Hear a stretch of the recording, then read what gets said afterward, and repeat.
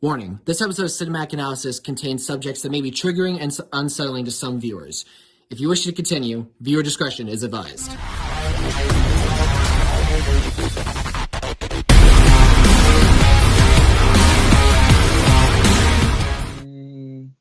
What's up, guys? Welcome back to Cinematic Analysis. Welcome back to another episode. Today we are doing another birthday request. We're doing bio pictures. It is my birthday request. For me, yes. And I chose this movie just because of, it's one of my favorite bio pictures about, certain figures, and it's about a certain group that I'm a big fan of, classic hip hop group. We're going to be reviewing Straight Outta Compton, which is the bio picture, the life, I guess you could say life story, or the life story about the rap group known as the NWA, which is Eazy-E, Dr. Dre, DJ Yella, Ice Cube, many of the famous rappers named today.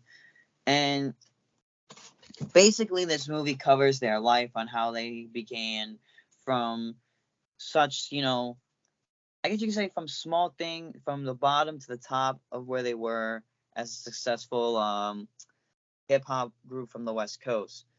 Pretty much, the NWA, they were the first group in the late 90s.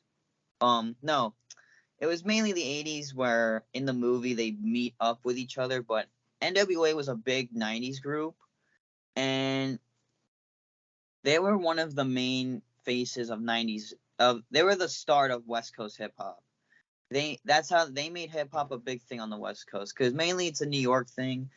People say, rap is a New York thing. There's more rappers from the state, of New York than Los Angeles.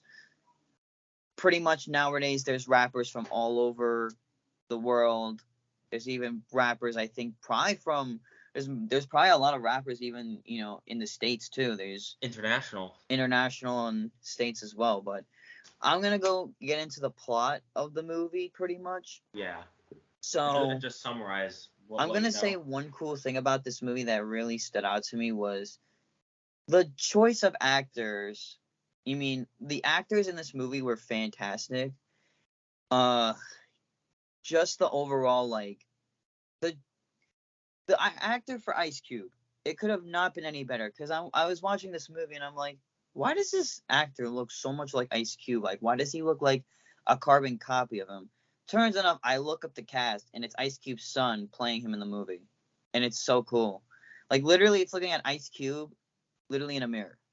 If you ever look up Ice Cube's son, O'Shea Jackson Jr., it's literally looking at Ice Cube in a mirror. Literally, they're twins. So, I'm going to read the plot right now. So, hang on, who am I? Oh, duh, I'm an idiot.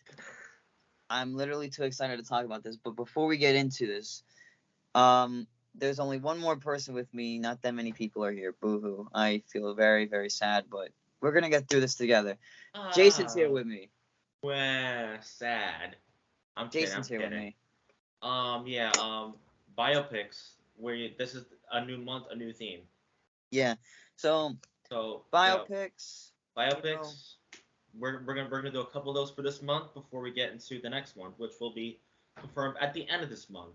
That's right. Yes, cinematic analysis, and also, coming up is our 1-year anniversary for this podcast. Crazy to think. I forgot about that. Me too. Because honestly, none of us even recorded a podcast that much, really, because of life getting busy for us. Yeah. We haven't really recorded much lately, if you realize that, Josh, as well. Yeah. Yeah, but it happens, as it always, life comes first before recording this. But hey, it seems like both of us have time for this episode, so what matters is that we're getting this done. That's right. So, I'm going to read the plot of this movie. So, in Compton, California, in 1986, Eazy is a drug dealer. So, Eazy was the main face of this group. Like, he was this young kid, Dr. Dre is a disc jockey. He's an aspiring disc jockey. And Ice Cube comes into the mix. He gets introduced to these two guys, and he's a young rapper. And he's intrigued by Cube's reality raps, reflecting on the crime and gang violence and police harassment, and that they and other African Americans encounter daily. Now, there's a lot of racism towards, African American people, and I think for them, that's what they kind of realize. So Dr. Dre convinces Eazy-E to fund a startup record label, Ruthless Records, with Dre as the record producer. And when their very first song, Boys in the Hood, came out, and it's rejected by a New York group, it's rejected by a New York rap group. Dre convinces Eazy to perform it instead of being in a local hit. And that's what they did. They pretty much performed it instead of saying, oh, we're going to go to the studio and see what these guys think of our song to make it a big hit. We're going to perform it and see what we can do. So, and Eazy, Cube, Dre, DJ Yella, MC Ren formed the group NWA. And that's how, that's how they became, who they were. So then they meet this guy named Jerry Heller. They met this guy, Jerry Heller, who later on became the manager for NWA and made them, very successful. So Jerry Heller, in real life passed away a long time ago. I think few years back, but he was very well known being their manager. That's what he's best known as. And Eazy-E accepts his offer to manage them and co-run the record label. And while recording their album Straight Outta Compton, which came out in 1988, so they were big in the 80s. So they started in the 80s, pretty much. Just to be aware, the group is harassed by police due to their race and appearance. Now, in today's difference, a lot of people are still dealing with that, and I think just because they were African Americans, I think it didn't need to be like that. But, it was the 80s. I wasn't born. None of us were born around that time. So we didn't really know what it was. So, yeah. So police, they were harassed by police for their race and appearance. And they were prompting Cube to do and the group was prompting Ice Cube out of all of the members to do a diss track towards the police. And because this is what the diss track basically means. The song "Fuck the Police" means, like, it was their way of saying, why are they racist towards us? And so they made the song "Fuck the Police." The album becomes a controversial hit due to that. It's because of the profanity and the violent lyrics. And the group's style is dubbed gangster rap by the press. And they were the founders of gangster rap. I'll say it right here today. Whatever, you could come at me all you want. NWA was they were the founders of gangster rap. I will say it right now. So during a 1989 concert tour, the FBI demands the NWA not to perform that song. And it was bad. It was bad. Even if you watch the scene in the movie where they told them not to, because it encourages violence against law enforcement. Like, I mean, they could perform it anyways, but I wouldn't if it's gonna get you in trouble. But no one really had to give it. No one really cared back then. So, So the police in Detroit forbid them performing the song, but they perform it anyway during a bridge. The police stop them and arrest the group, resulting in a riot. See, they didn't listen and they performed it anyways. They got arrested for it. Jerry Heller delays the individual members' contracts with Ruthless, and when he insists Cube should sign without legal representation, Ice Cube quit. He did not like Jerry Heller. He quit the group, and he made his own solo album called America's Most Wanted with 3 Ks. I don't really know what that meant, but let's just say it's America's Most Wanted. It came out in 1990. And it became a hit. It becomes a hit. But when Priority Records is unable to pay him in advance on his next album, he wrecks the label's head office. So he kind of just smashes shit in the office. Let's see. When NWA heavily insults Ice Cube on their next record, 100 Miles and Running. This is when they went without Ice Cube. So 100 Miles and Running was the EP without Ice Cube on it. He responds with the diss. So Ice Cube responded. So this is how rappers like beef. When they have beef, they take it over the microphone.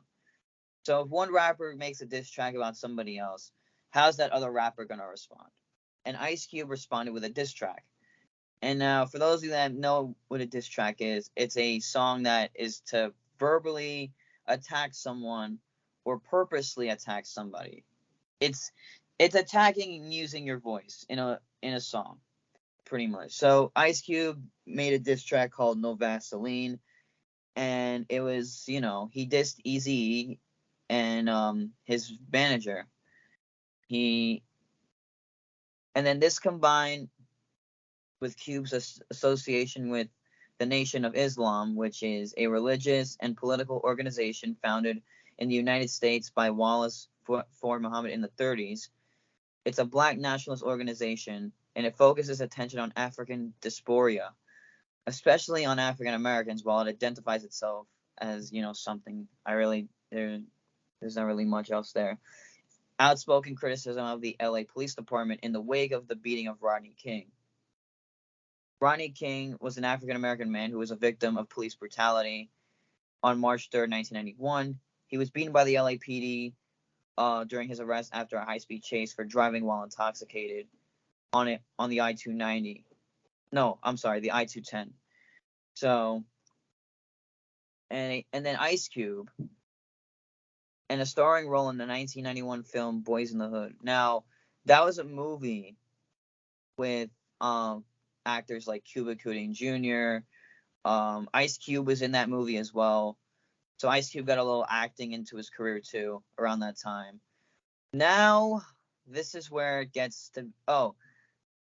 and that actually makes him more famous. That actually got him famous and controversial, Ice Cube, which was the Boys in the Hood film from the 1990s. Well, it came out in 91. So then this is where it gets to be a little bit kind of, oof. This is the trigger warning part. These next few things. So, Dr. Dre. Get ready. So, Dr. Dre. I love Dr. Dre, but this is where they focus now on Dr. Dre. Now, Dr. Dre, very successful man, made careers, helped Eminem get to be where he was, and a lot of other people. He's the founder of Beats, the headphone company. That's his company. So, Dr. Dre became famous, and he's, rich as hell after this. So, Dr. Dre hires the imposing Blood gang member named Suge Knight. Now, Suge Knight is the biggest piece of shit I have ever seen in my fucking life. He is a fucking piece of garbage. So Suge Knight, Dr. Dre and him, he hired him as his manager. Dr. Dre hired him as his manager. And after Knight proves that Heller has been underpaying him, Dr. Dre left the group to form Death Row Records with Suge Knight. And now Death Row Records is now owned by Snoop Dogg. Fun fact. I think it's now owned by Snoop Dogg, but it was founded by Dr. Dre, Suge Knight, and some other dude. I forgot his name. Who has men. So Suge Knight had men who threatened Heller and beat Eazy-E to pressure them to release Dr. Dre from his contract with Ruthless. Dr. Dre enjoys his newfound freedom and begins working with other rappers, including then newcomer Snoop Dogg. This is where Snoop Dogg was introduced to the rap scene at that time. His debut album, The Chronic, that came out in 1992, sold over 5 million copies, and is critically acclaimed even as he becomes disturbed by Suge Knight's violent behavior, and community is rocked by the 1992 Los Angeles riots. So not only people are not feeling uncomfortable with Suge Knight, even his own partner sees it in him, which is crazy. So Eazy-E, whose fortunes and health have declined. So, Eazy-E, oh my god, the way he went out was just so effed up. So Dr. Dre, Jesus. so Suge Knight had men beat up Eazy-E, and they stabbed him with dirty needles that gave him a disease. Like they beat him up in the studio and they stabbed him with dirty needles. So, and Eazy-E got AIDS from the dirty needles at a young age. He had a whole career ahead of him. He was already on the rise of, being one of the greatest rappers of that era, and then he just totally got his life, That got taken away from him. Yeah. That was wrong. So his fortunes, health have declined, and his bandmates were devastated by the cooperative, and he was devastated by the cooperative success of his former bandmates, learning that Heller has been embolizing money from Ruthless from the beginning. So, Eazy-E says, what, fuck you, Heller. I'm firing you. I don't need you. I don't need you. I'm going out on my own. I'm doing this by myself. You're fucking me over. So he kind of fucked Eazy-E over. But this is before Eazy-E got, but they beat up Eazy-E, but they didn't, stab him with dirty needles. This is the part where I'm gonna get to that part, which is very, fucking sad. And it was the saddest day in hip hop at that time. So, yeah, so he gets rid of Jerry Heller, and he fires him and decides to So he decides to become friends again with Dr. Dre and Ice Cube, and who agree on the NWA reunion. So they're gonna go on a reunion tour where they get the whole band back and perform. So Eazy-E had a seizure. He collapsed, and he's admitted to the hospital where he was diagnosed with HIV/AIDS. Yeah. And, watching that scene in the movie, comparing it to real life, just, it was just the saddest fucking thing. Like, Eazy, I will tell you how old he was when he passed away. Like, so yeah. So Suge Knight, like, they literally beat him up. Like, Suge Knight had guys that beat him up. Literally, they stabbed dirty needles in him. And, it was just crazy. Yeah, so they stabbed him with dirty needles. Suge Knight beat him up. Him and his henchmen beat him up with dirty needles. They stabbed him. They punched him. But, he was fine. He seemed fine to you, obviously. And then, when he fucking had a seizure and collapsed, that just settled it. So he had a seizure, collapses. He's admitted to the hospital, or he's diagnosed with AIDS, and he couldn't believe it himself. And then his health just went down from there. His health declined. And unfortunately, he died on March 26, 1995. And he was mourned by fans. And fans were just devastated. And, he was only 30 years old when he passed away. And if Eazy-E was still alive today, just know, like, I think he would have still been making music, probably. He had a whole career He had a whole ahead career. of him. Exactly, like. And that was just taken away. It ended just like that. Yeah, Sad thanks stuff. to that, thanks to Suge Knight.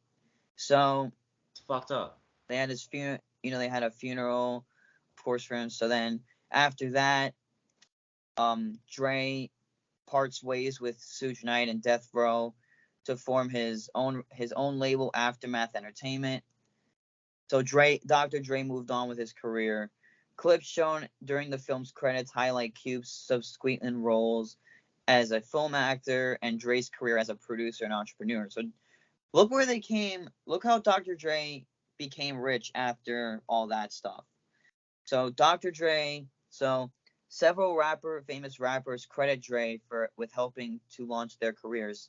And Beats Electronics, which is the company he co-founded that, make all the headphones and stuff. It was bought by Apple in 2014 for $3 million. $3 billion, I should say.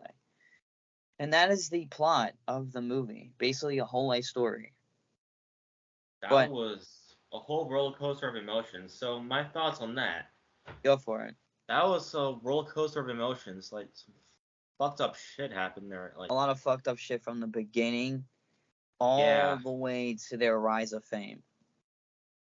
Yeah, but so they seem to have a tough road.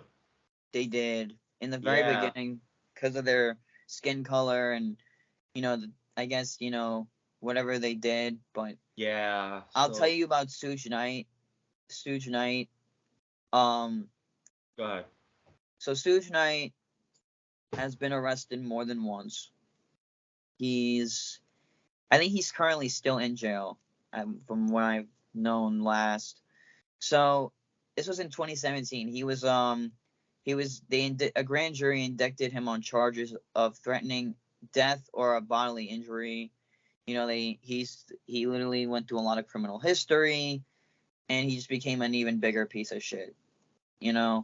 So, I think he's still locked up in prison, but good.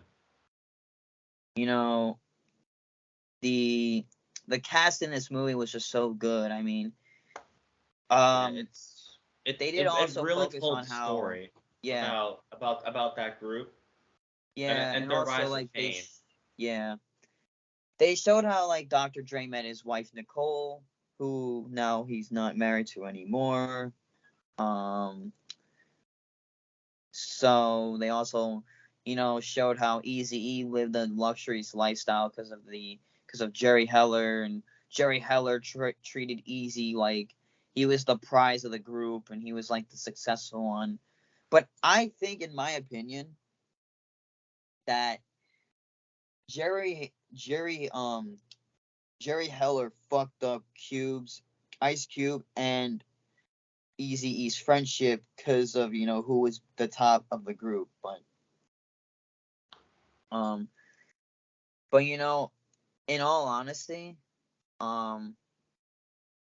it was a life story that made me realize race doesn't matter.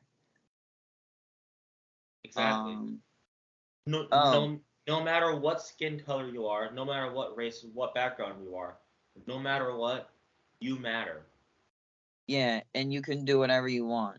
Do whatever you want. Don't let anybody bring you down. Yeah, so the cast, I'll say, who my standouts were. Like, Ice Cube's son, O'Shea Jackson Jr., played his father. Literally, I'm not kidding you. It was literally looking at Ice Cube if he played himself in the movie. But he played a much younger Ice Cube, because Ice Cube's now, a lot older. So, if he played himself in the movie, he'd be like, I don't look like that. They need to, get things right. But O'Shea Jackson Jr. played a great role of his father. He really like knew his father's moves. Like, I think they incorporated Ice's voice on like his older track on the NWA stuff to like and he kind of just maybe had to lip sync it, but still looks like Ice Cube, and he played the right part. So Corey Hawkins, he played Dr. Dre, and I'm telling you, all the people who played the members were great. Like, especially shout out to Jason Mitchell, who played Eazy. Really got a whole, like, got his whole look, Compton hat, dressed like, they all played the part of each character. But and also Paul Giamatti, famous actor in the entertainment scene, been in a lot of movies, played Jerry Heller, and the whole cast did great. So it's probably my favorite biography, but my favorite biography always is Bohemian Rhapsody because it's just another emotional story as well. But yeah, that is the plot of the movie. Let's see. I'm actually gonna see if there's anything else. As I mentioned, this movie was a whole roller coaster of emotions. It explains behind the scenes the backstory of this group, and it lets you get to know the group better. Yeah. Behind the scenes, like their tough road that they had, their sad road. Yeah, there's sad roads from the bottom, but to the from top. all the fucked up shit, all the sad stuff that they went through. Yeah, and like literally And all. all in all, they overcame those objectives and they became a popular group within the rap scene. Yeah, fun fact: Ice Cube, and Dr. Dre produced this film, and also just like also check out the album Straight Outta Compton. We also reviewed the album on the Moshcast, so definitely check it out. And it does relate with the I music. did. You weren't there, so I pretty much did. I mean, I wasn't there, but they all did. But I have listened to a lot of their stuff, and from they started from the bottom, the way they were treated as African Americans, just trying to, Easy being a drug dealer, that's common in gang affiliated areas of the West Coast, because now in LA there's literally there's a lot of violence and stuff like that. I don't really know because I don't live in LA, but fun fact, it was they got everything perfect in this movie. Like they literally got everything, nothing was inaccurate.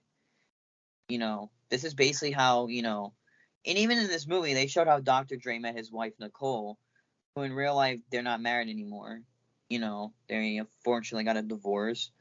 Because after a while, you get tired of a relationship and it doesn't last forever.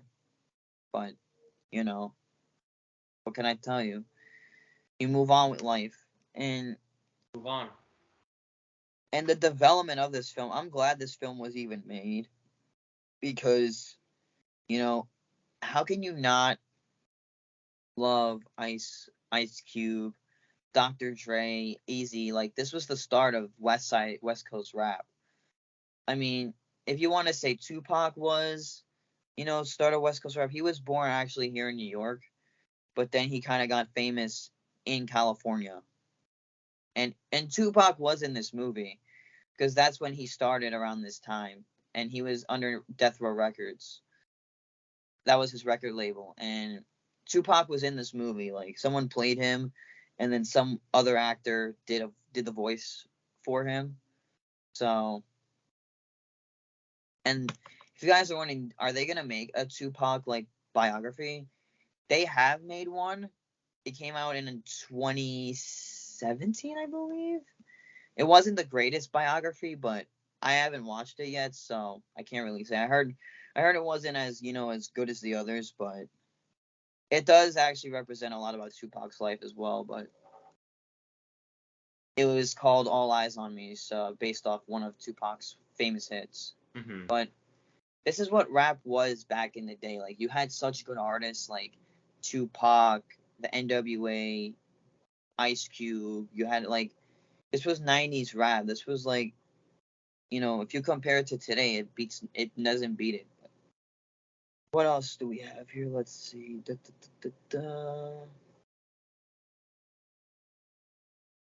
Let's see. So, trying to see this. I don't think there's a. Oh, Dr. Dre and Snoop Dogg, this Easy, Dr. Dre Day, Easy's Retaliation, the real motherfucking jeez, and its guest rappers.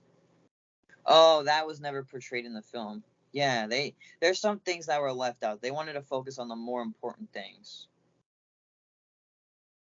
It won a lot of awards at like movie awards. It won for best supporting actor, best screen. They were nominated. They won for best picture for like the African American Film Critics Association. They won some awards for this movie, and they were nominated for Movie of the Year once. O'Shea Jackson was nominated for role playing his father. So the movie really did succeed at the time. And of course, they have a soundtrack that you could buy. I don't know where you can buy it now, but you can pretty much listen to any of the music from the album, pretty much. But it's pretty much any of their best hits off that soundtrack. Yeah. All right, so So for this film, I already said my thoughts about this, but yeah. now, The last thing I'll say is, no matter what skin color, no matter what background, no matter what you are, be yourself, enjoy being yourself. Nobody deserves to bring you down. You get up exactly, and stay up. yeah. And what I Because rate this movie, you matter. yeah, exactly, you And matter. thumbs up or thumbs down if we recommend this movie or not. I recommend it for a reason. Me too. I recommend it. It really gives a life lesson overall. Yeah, Because you go through a tough path, some fucked up shit happens to you, just to and your get to group. fame. No matter what, you overcome those challenges, overcome what you've been through. Yeah. You get to where you are today. Just to get to being successful. You want to be successful. Because there's always going to be some fucked up shit, some tough paths, tough obstacles in your path. Exactly. Become successful in your life. Like, So this movie is pretty much overall a life lesson. yeah, and I watched this movie I think twice to be exact, and I give it a 10 out of 10 for a reason. They told us, I'll give it a 10 out of 10 as well because of what I just said. yeah. Reason I give it a 10, it's because one, they told the exact story of how they got to fame. Yeah. And it was true. This was the true story of them. And number two, Tough path. it just showed what a tough path they, went through to just get to. It sucks. It sucks it happened to them, but yeah, just to get to being, like they're just these guys that want to make music, and they want to stop to them doing like this that. shit. Yeah. So, Just sad. and it was just sad what happened to Eazy-E out of all members. Yeah, that Like, sucks. And what's crazy, like in the scene where he's in the hospital, like just declining, his bandmates literally visited him every single day, and they did not know what to expect. Like when he died, they were all just devastated and lost. Right. And Easy, out of all people, had a whole career ahead of him, but his legacy does live on. His son is actually a rapper. Absolutely. And his son, it goes by the name, I think, Eazy-E Jr., I think, or something like that. Because I remember they said his son goes by like that. Because I think it's Easy. Yeah, I think it's Eazy-E Jr. he goes by. But his music lives on. The music that he did get to make. Oh, never mind. His son he goes by the stage name Lil Easy or Lil Eazy-E. And his son is like a carbon copy of him. He looks just like him. So he's kind of keeping his legacy on. Awesome. Anyways, that's about it for all that. All I think right. I've said enough, but Yeah, I think So, I've said enough as well. yeah. So I see we had a good recording. So outro's time. All right. Thank you So guys for we went watching this for the thumbs episode. up and for the rating. So Yeah. yeah, you can go Thank you ahead, guys for watching this episode of Cinematic Analysis, where we reviewed the NWA biopicture Straight Outta Compton. I forgot to mention this film was released in 2015. 2015. Yeah, it was released in 2015. Definitely 2015's greatest biopic. Definitely leave a comment down below. Tell us what biopictures you want us to review next. I had a couple in mind, but I'm not gonna say it on this episode. I want to keep it a surprise. So stay tuned to our social medias to find out what the next episode will be. And subscribe to the other podcasts, Crash and Burn and Moshcast. Definitely check them out. And then and for sure you'll definitely see Josh when he's not ordering food. I know. We all love to eat, but man, Yeah, we love to eat that. It stops you from coming on a video. no, it's not even gonna stop me no more. But You're gonna see these jokes a lot that I this is like the new have joke that Josh. we have going on with me, but it's okay. It's all good. It's all just fun and games.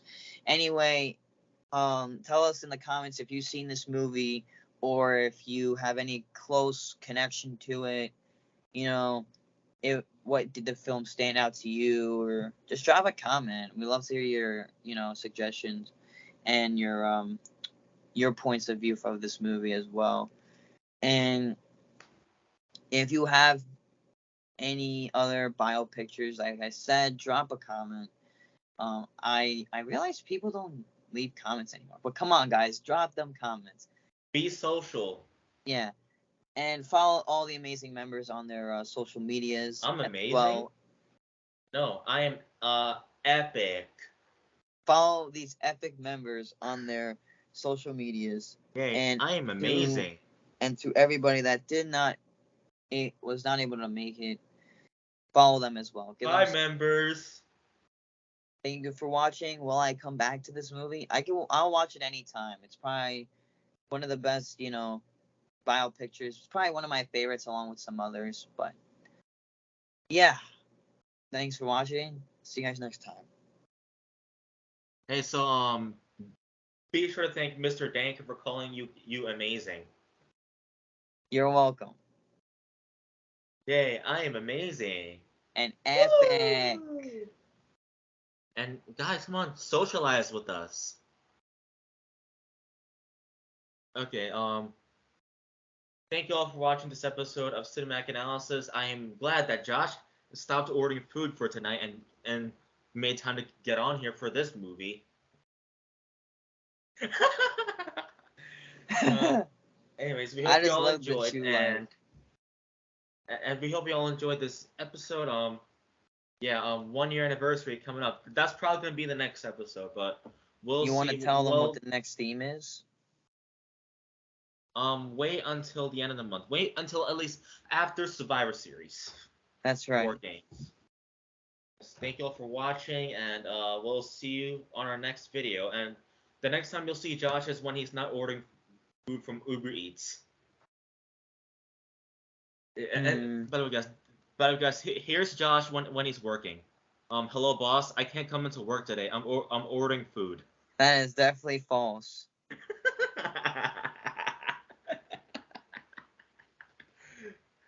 Anyways, I'll see you in the next episode. Josh will see you when he's not ordering food. We'll see you next time. That was hilarious. Okay, I'm gonna stop laughing and just end the video. You should Bye, watch everybody. the movie too when you get a chance. It's